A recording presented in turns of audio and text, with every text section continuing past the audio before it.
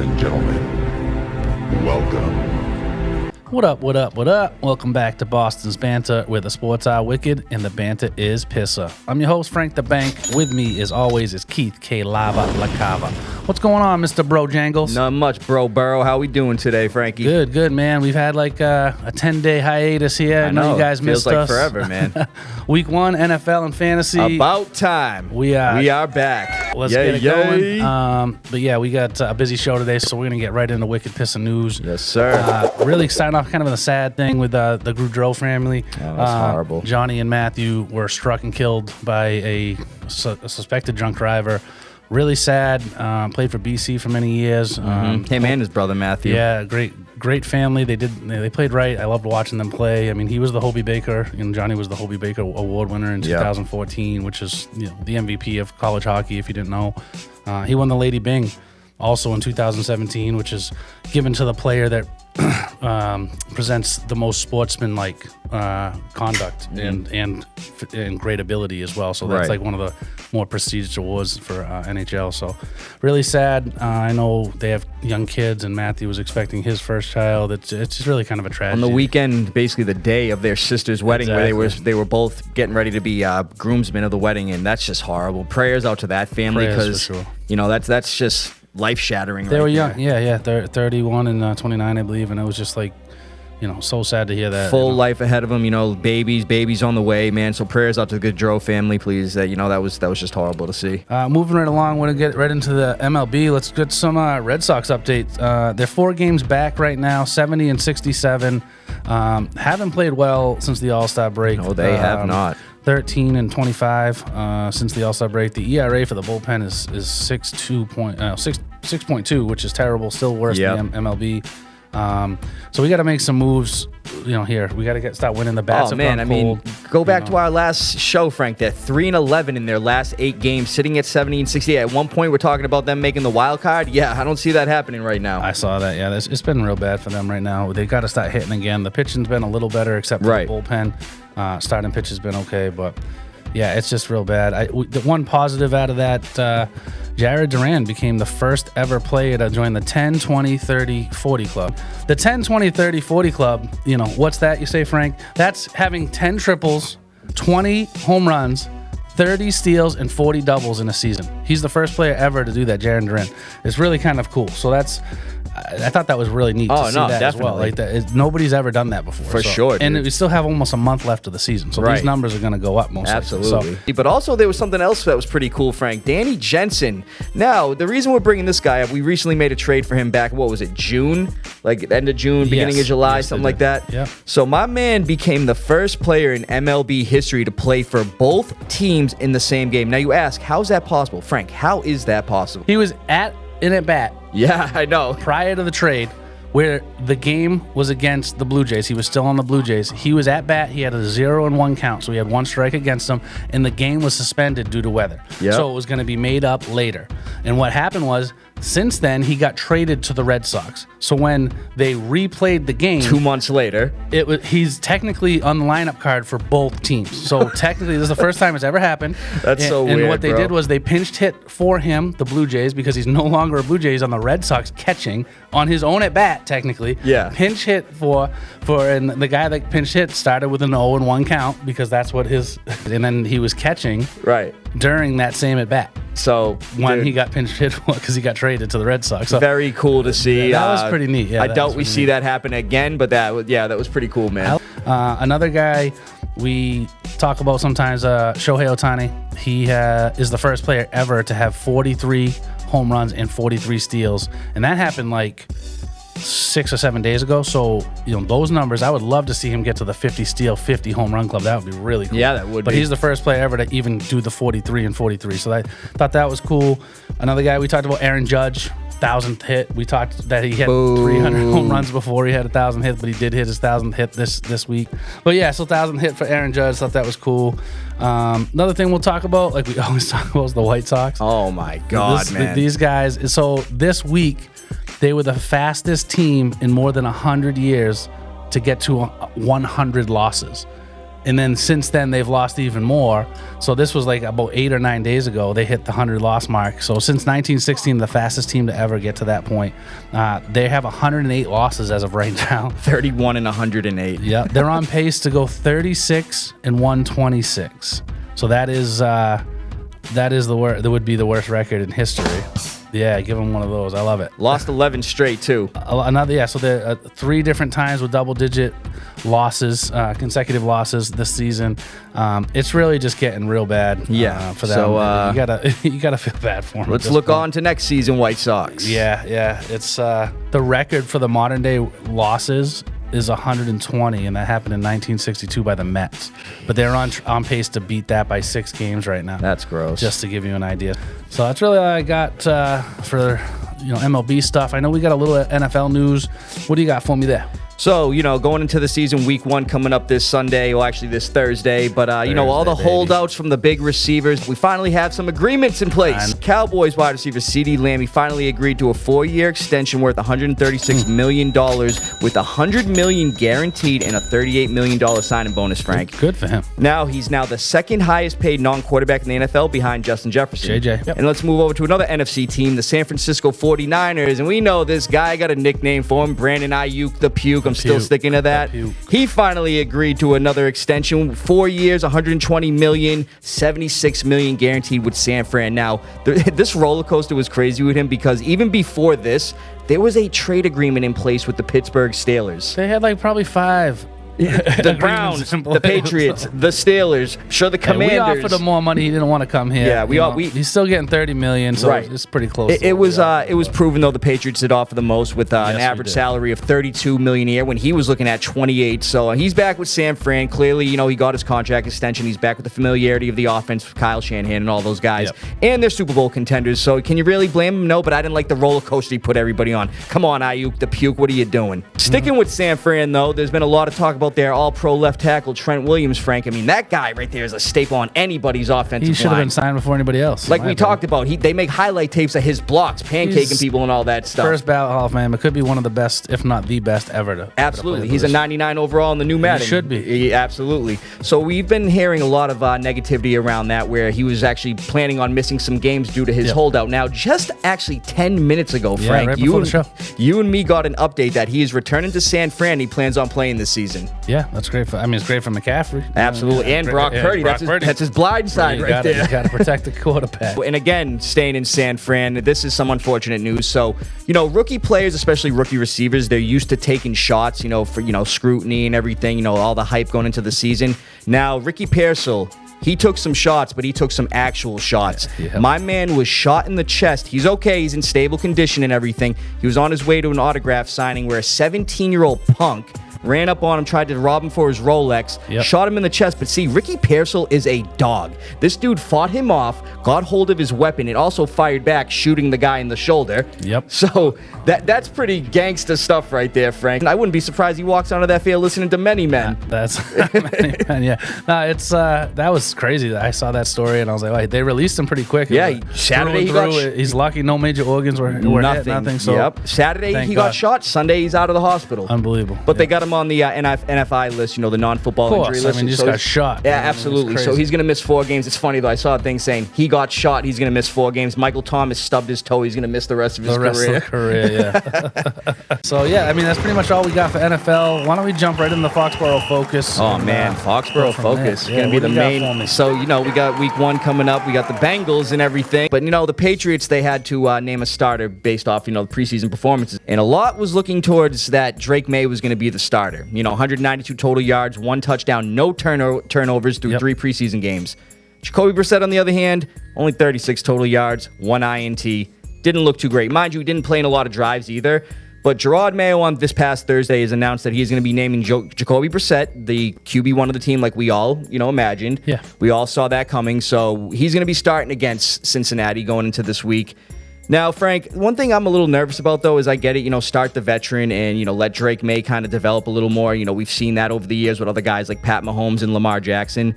But what I'm worried about is seeing how he played in the preseason. I mean, going into this game in Cincinnati, especially on the road, how's he going to fare against their defense and all that stuff?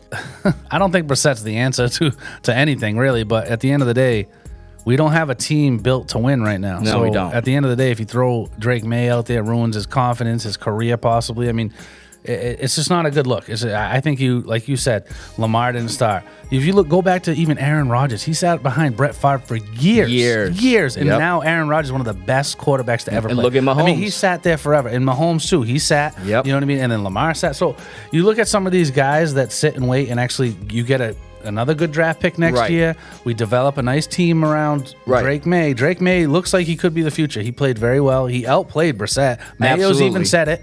You know what I mean? But I like this because I feel like we didn't do that with Mac Jones. They cut Cam Newton, who was the veteran on the team when we had him. They cut him, put Mac right into the starting role where we didn't have a team to give him success right away. And look how that worked. Yeah, we made the playoffs his rookie year, but I base a lot of that on the defense. They gave up on Mac really quick, and the second year was a disaster. Absolutely. And again, you mess with his confidence. You pull him out of games and put Zappy in all the time. I mean, it messes with him. Dude, his 3 years in New England, he had 3 different OCs. He had Josh McDaniels, Matt Patricia, and Bill O'Brien. Yeah, that never helps. One of those guys was a defensive coordinator. Yeah, we didn't even they wouldn't even name an offensive coordinator one of the years. It's like, what are we doing? So I'm going to tell you right now, I'll be honest though, Frank, going into this game, especially against Cincinnati, with them having the 28th ranked defense, that's Cincy for you. You know, they're really lacking in the secondary. They got good linebackers and a good D-line, minus one of their pass rushers, Sam Hubbard, who's actually dealing with an ankle injury. Yep. I honestly think that Jacoby Brissett, being the veteran he is, and he was in that division. He's played against the Bengals numerous times playing for the Browns. Yep. I think we can beat them. And like I said at the beginning when we started our show, I think the Patriots are going to go into Cincy and beat them. Well, Jamar Chase still hasn't. He's labeled day to day, and he hasn't signed. He's holding out or holding in. They're calling it because he shows up, but he's not really doing anything. Well, so if he doesn't play, we have a great opportunity behind him. Like we know T. Higgins, who recently got his extension, but then you have Jermaine Burton, the rookie, Andre Yoshivash, who we talked about. Then you have Mike Gesicki. Those are their top pass catchers. They're saying Gesicki. Actually, we're going to talk about him in our new segment, but they're saying he's looking like he's got a nice rapport with Burrow, and he's kind of taking over the middle of the field area where Tyler Boyd used to be. So I thought that was kind of cool. Well, with us having the 9th ranked defense overall going into the season, I mean, like we've talked about Joe Burrow in week 1, he's never really looked the greatest. I had him last year in fantasy. He got me 3 points against the Browns. Like I said, that's how much they scored in the total game. Yep. But I really think that our defense can slow down Joe Burrow, and especially without that premier rushing attack they had with Joe Mixon. I mean, you got Zach Moss, and you got dynamic, rookie last year, pass catcher running back Chase Brown. But at the same time, I feel like our defense, especially with a lot of the guys that we still have, we lost Judon, we lost Barmore, but I think our secondary and especially our pass defense can get to Burrow and slow him down, and also our run defense just shutting down Zach Moss and Chase Brown. Yeah, I don't think we're beating them. I really don't. Not in Cincy. If it was at home, maybe. I think we are, bro. I'm telling you. You like them this week. If we had Judon still and Barmore, I feel a little bit more confident about it. But the fact that we lost some of our guys, our sack guys, like it kind of. Well, I don't know. It's going to be a tough game. I think Keon White is going to definitely step up considering, the injuries. I also think that Josh Uche, who recently re-signed with us, I think that he's going to provide a spark for us going to this. I mean, he's been defense is good. He's been a double-digit sack guy. I just think it's a matter of the Patriots getting pressure on Joe Burrow where he's going to get rattled, especially being injured last year. They start off slow too. I can see that's possibly beating them, but unfortunately with Brissett, I'm just not going to say we're going to beat them. No, and I'm not saying 100%. I just think that we definitely have the potential to beat them. And also, we have a versatile 3-headed monster at running back. We got Stevenson, Gibson, and honestly, I like that they kept Jermichael Hasty because I think he's a good pass catching back out of the backfield. And honestly, I know they're going to use Gibson for a lot of that. Gibson's nasty. That's what I'm saying. So I think they get that going, and then they start mixing up the play action with a lot of these young receivers. Frank, who knows how the chemistry could go? Yeah, it's true. So I see the Patriots winning 21-10. 21-10. Let's put some money on that one. No way. No way. Hey, I'm going to stick by it. They're 9.5-point dogs. Hey, they're going to be winning, though. Regardless of the score, they're going to be winning. So we'll talk about that next week for sure. Points. All right, cool. We're moving right on. We got a new segment with fantasy football starting up this week in the NFL. We're going to talk a lot about fantasy moving forward and then our picks for the week and stuff like that in different rounds here. But we have a new segment called Wicked Smaht Fantasy Stahts. Yes, sir. What we're going to do is kind of pick a few guys that we like this week. I'm going to talk more about the FanDuel and the DraftKings, like salary cap stuff where you can kind of find some value. And Keith's going to talk really about like who he feels has great matchups this week and stuff like that. So, Keith, who do you got for me? I got 5 players this week that are wicked smart fantasy starts. Yeah, so like we're going to that. start with a quarterback, and I'm going to start with Josh Allen versus the Cardinals in Buffalo. Okay. Now, the Cardinals got the 30th ranked pass defense, and also their best corner being Sean Murphy-Bunting, followed by Max Melton and Garrett Williams. Yeah, I see Josh Allen lighting that defense That's up. going to be a game, yeah. He's going to kill them. Oh, absolutely. And then at running back, I got Alvin Kamara versus the Panthers in New Orleans. Panthers 32nd ranked overall defense. Yeah, terrible. Panthers allowed 24.9 PPR fantasy points to running backs last season, and they also lost their best player in Brian Burns on that defense. Yep. High volume usage, I say you start Alvin Kamara and see how he does for you, especially against Carolina. Yeah, that makes sense. Number 3, I'm going to do Justin Jefferson at the Giants. You know, the Giants' 25th ranked defense. Giants starting corners are Cordell Flott, Deontay Banks, and they recently re-signed Adoree Jackson. I think Justin Jefferson, regardless who's at quarterback, which is going to be Sam Darnold, in for a field day. Yeah, I love JJ. Number 4, I got another receiver, and it's a rookie one. Xavier Worthy versus the Ravens defense. Now, you're saying to me a rookie versus the 5th-ranked defense in the league, Keith? What are you talking about? No, listen here real quick. Now, the Ravens secondary is experienced, but they lack speed, and we all know what this guy Xavier Worthy has. Straight, flat-line speed. The guy broke the 40-yard dash record. Yeah. Now, with Marquise Brown being hurt, I'm pretty sure we're going to hear a Rashee Rice suspension anytime now. Rashi's playing this week, though, but yeah, I think Worthy's going to have a good game, and I think Rashi's going to have a good He's playing this week, though? I didn't even hear anything on that. Rashee Rice is playing. They're not suspending him until the legal matters are concluded. He hasn't even gone to court So yet. that's a surprise to me, so I didn't know that. But at the same time, I feel like there's a lot of different ways that the Chiefs are going to utilize him, and he's going to play that Tyreek Hill role. So I think you start him, he's going to be in for a big day, especially against a slower Baltimore secondary. That is experienced, but lacks speed, like I said. I like that, yeah. And then number 5, at tight end, I got Jake Ferguson at the Browns. Now, the Browns have the number 2 ranked defense, and again, you're probably wondering why I'm saying start him. Minus CeeDee Lamb, the Cowboys are short on wide receivers, and they don't have a reliable running attack. So I feel like Dak is going to be looking a lot towards Jake Ferguson, who played pretty good last year. Ferguson was great last year, and CD hasn't really practiced much, so Right. he might be a little rusty. And they just named Rico Dowdle, which I'm not taking anything away from him, but he's apparently going to be the starting running back with the mixture of Ezekiel Elliott and Dalvin Cook. Let's face it, those guys aren't the same running backs from That's 6-7 crazy. years ago. Yeah, no, that's crazy. So it's also going to be a matter of if the Cowboys' offensive line, they lost Tyron Smith, they got some injuries they're dealing with. If they can slow down Cleveland's pass rush, where Dak's going to have some time, hopefully look down the field for Jake Ferguson and CeeDee Lamb and all those see guys. that being good. So those are the 5 guys I think you should start. And what do you got for me, Frankie? I'm going with FanDuel stuff. I usually use FanDuel, but you can go DraftKings too. So some of these guys, their salaries are either middle or lower end. So I don't know. If you play FanDuel, you get $60,000 to do a salary. You got to pick positions. My first one at QB, the rookie, number 1 overall, Caleb Williams. Only 7,100. He's at home versus Tennessee. Tennessee, we've talked a lot about. We like them this year, but their defense last year was not the greatest, especially against fantasy quarterbacks. So they were bottom 10 against fantasy quarterbacks. And with all the weapons they have, I could see that game being a little bit of a shootout anyway.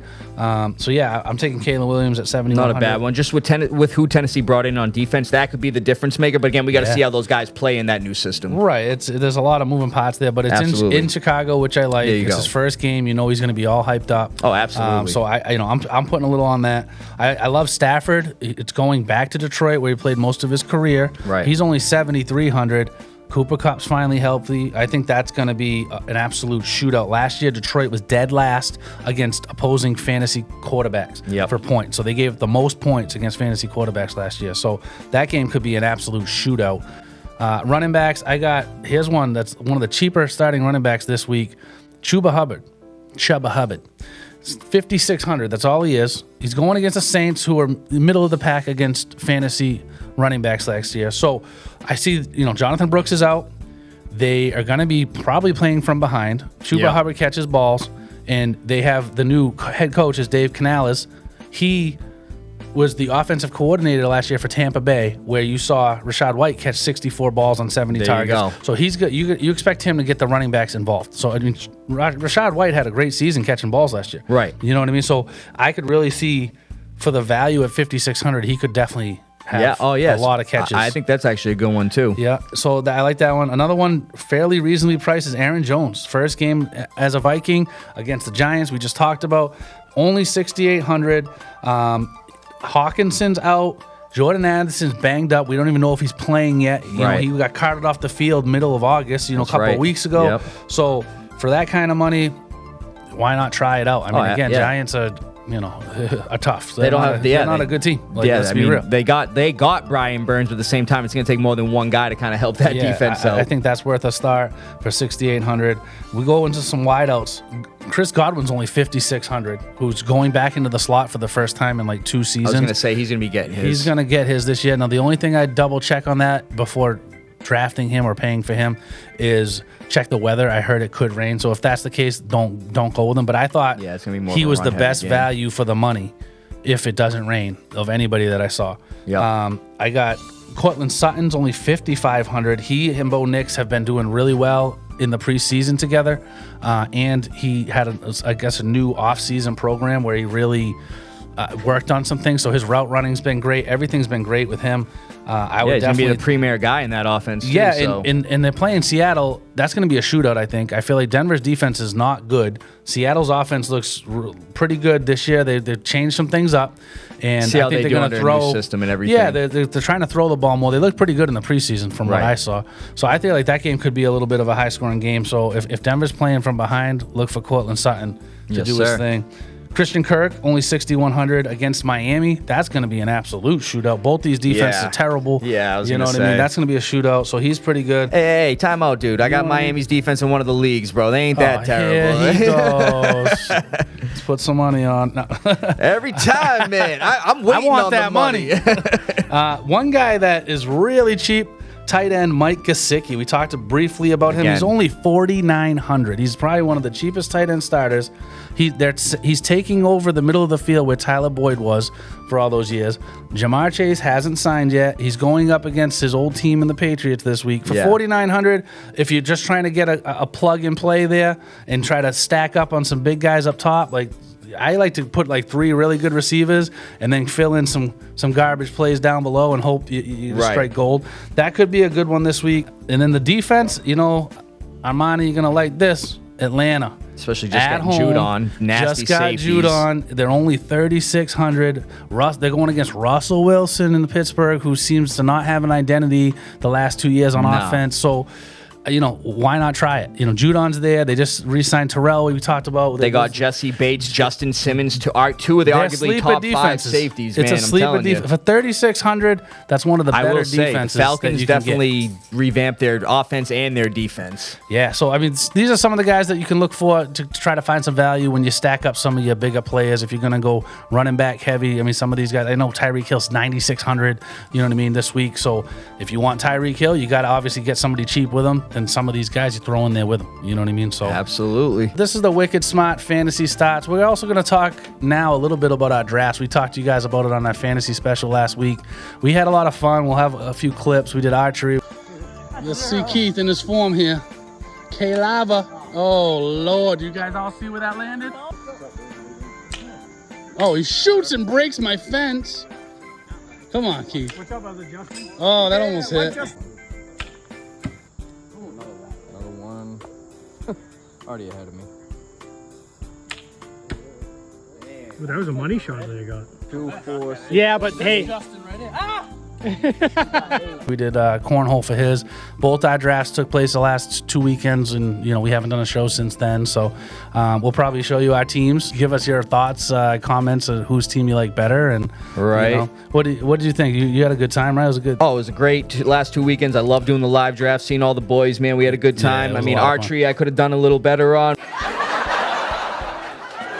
but I mean, again. Yeah. Didn't set me up for a bad team, which I'm going to break it down for you, who I got on my fantasy team in Frank's league. Quarterback, I got Anthony Richardson. Wide receiver 1, I got Michael Pittman. Wide receiver 2, I got Marvin Harrison Jr. He runs a 3-receiver, 3-flex league, too, by the way. My third receiver in my starting lineup is Deontay Johnson of the Panthers. My 2 running backs are Bijan Robinson and James Cook. My tight end is Dalton Kincaid. My 3 flex spots who I'm starting this week, I got 2 rookies. I got Ladd McConkey, I got Keon Coleman, and then I got reliable DeAndre Swift.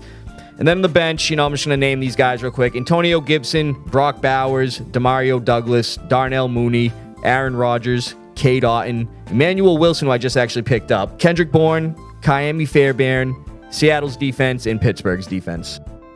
Yeah, that's a good team. I mean, we had a lot of fun with the archery. I got second choice. I had the second most archery points. I ended up taking the third pick.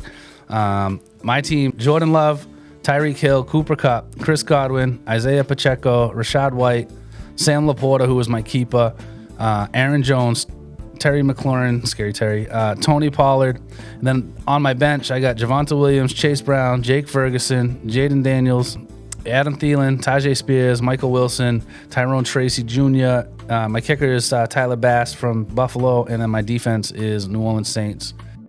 So I got an A- on my draft for my draft grade. I don't want to hear it. Keith, what'd you get? I got a D-. Yeah, unfortunately Keith had the worst grade of anybody in the league. So I did, but those don't matter. I said I had to bring it up for our show. And that kind of is what it is there, buddy. Good job drafting. I was very proud of you that day. Yeah. Thanks, bro. Yeah, thanks, bro. Appreciate you. Now let's move over to my league where I had a better draft grade. Still not. I mean, I had a C in it, but let me break down my team in that. My team in that one. You pass. Mind you, I run 2 receivers and 3 flexes, just 1 spot less than Frank's league. First year, I'm actually relying on a rookie quarterback, so I got Jaden Daniels, Justin Jefferson, Nico Collins was my keeper, Derrick Henry, Ramondre Stevenson, Mark Andrews, T. Higgins, Terry McLaurin, Jerome Ford. And then on my bench, I got Xavier Legette, Dalton Schultz, Josh Palmer, Jalen Polk, Brandon Cooks, Will Levis, Jalen McMillan, rookie receiver out of Tampa Bay, Jake Moody as my kicker, and Miami's defense. That's what I was saying. Don't hate on them just yet, bro. I mean, I don't like Miami, but I had to take a defense while I was there, man. I took a defense late in that league. I'd be dropping them pretty quick. Yeah, we'll see how they do. I'm going to drop the Saints probably in my league. This week they're playing Carolina, so I might just float a defense here and there and, pick up the best matchups. In his league, I got another A- because, that's what I do. And all right, teach his pet. Teach his pet, baby. Come on. Jalen Hurts, my quarterback. Deebo Samuel. Rashee Rice was my keeper. I got CMC. I got James Cook, David Njoku, Alvin Kamara, Tony Pollard, Chris Godwin, Hollywood Brown, Chuba Hubbard, Pat Freiermuth, Demario Douglas, Bucky Irvin, Alexander Madison, Jalen Tolbert. I got Jason Myers, the kicker from Seattle, and I got Dallas's defense. So I don't know. I like it. He starts 2 receivers. I start 3. We both have 3 flexes, and it's pretty much the differences. And like I said, I got a C in that one, so it looks like I'm going to summer school, a D and a C. Great. Yeah, you did great. I was so proud of you. Thanks, dude. Both drafts. Hey, appreciate you, bro. But yeah, so that's the new segment. Every week we're going to be discussing fantasy stuff, and obviously me and Frank are going to be talking about our teams, how they're doing and stuff like that. See who does better at the end of the year. So that was the Wicked Smaht Fantasy Start. But how about we get into some lava round, Frank? Let's do this. We're going to talk about week 1. Who you got? Who you picking? I'm just going to go right down the list. We should note, though, Frank, that going into this season, we're going to be doing all these predictions. We're going to keep track of our record. Yeah, let's keep track of the record. We'll see who does better at the end of the season. I like it. Yeah, let's do it. We'll put a little friendly wager on it. Yes, sir, baby. So let's get it right into it. KC at Baltimore. Who you got? I'm taking the Ravens. You're taking the Ravens. Yes, so sir. That's Keith. I'm taking KC. All right, cool. So we're already different there. That's awesome. Well, 5th-ranked defense going against the Chiefs where they got some banged up, not having Marquise Brown. We'll see how they do and everything, but I think the Ravens can slow them down. Yeah, I mean, the Ravens with Derrick Henry, I can see it. I could definitely see it happen. They can control the ball. Right. Until you beat KC, it's KC's the champ. I mean, I feel like 2 years running, I'm taking KC. I can't go against Mahomes here. And the Lions beat him in the opener last year. No, you never know. No, it very well. I mean, KC could definitely lose this game. Absolutely. Packers at Eagles. Who you got?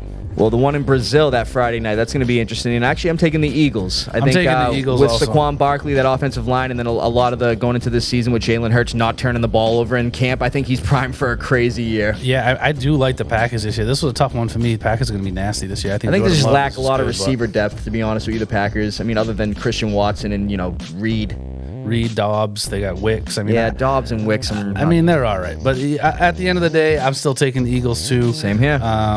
Panthers at Saints. I'm taking the Saints. Me too. I was thinking possibly the Panthers could win this. The Saints really didn't do much this offseason. They're the same team as they were last year. They were an okay team, but it's at home, so I'm taking the Saints. So and I see Alvin Kamara having a monster game. Yeah, Kamara could go crazy. Yeah. Vikings at the Giants. And I'm taking the Vikings, obviously, solely due to Justin Jefferson. I feel like he's going to have over 200 yards in that game. Yeah, I definitely I got to take the Vikings. Those corners do not strike any fear in Justin Jefferson that the Giants have. I mean, it's in New York. New York could surprise somebody here. The Vikings aren't a great team, but I'm still taking the Vikings. Yeah, I'm taking the Vikings. We already talked about Pats at Cincy. You're taking the Pats. I'm taking Cincy. Moving right along, Steelers at Falcons. I'm taking the Falcons. Me too. That's a close one for me. Steelers, just Russell Wilson. I just don't know what to expect. If it was Justin Fields, I might take the Steelers, honestly. Yeah, I just think the Falcons, with the whole new offense they have and the defense in Atlanta, that place is going to be pumping, and they're not going to be pumping in artificial crowd noise like they did in the past. They actually have the talent this time, man. I like it. Texans going to the Colts, divisional rivalry. So this was a tough one because obviously we saw the Colts last year when Anthony Richardson got hurt. They didn't look like that great of a team, even with Gardner Minshew almost taking them to the playoffs. I wanted to take the Colts, but I just can't go against the Texans with C.J. Stroud and that arsenal of weapons he has on that offense now. So I'm taking the Texans. I think the absolutely. Texans handle their business again. I think it's going to be double digit. Yeah, I agree. Cardinals going to the Bills. We already kind of talked about that. I'm taking the Bills, 100%. Bills all day.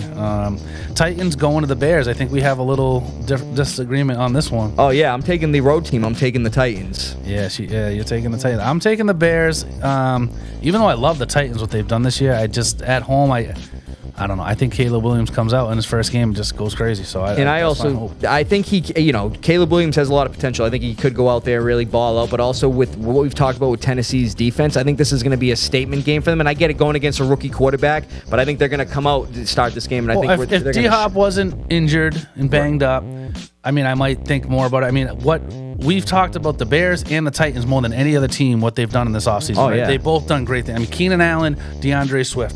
Yeah. Roma Doomsday.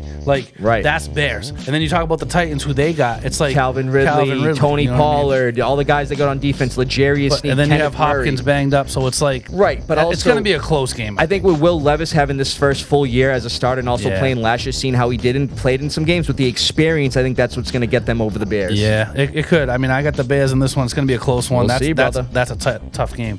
Jags at Miami. I think we're both on Miami. I'm taking Miami. Yep. Jags should be good offensively, but I think Miami's just the most overall team. Yeah, too fast. Best overall. Denver at Seattle. I'm taking Seattle. Yeah, we're both taking Seattle there.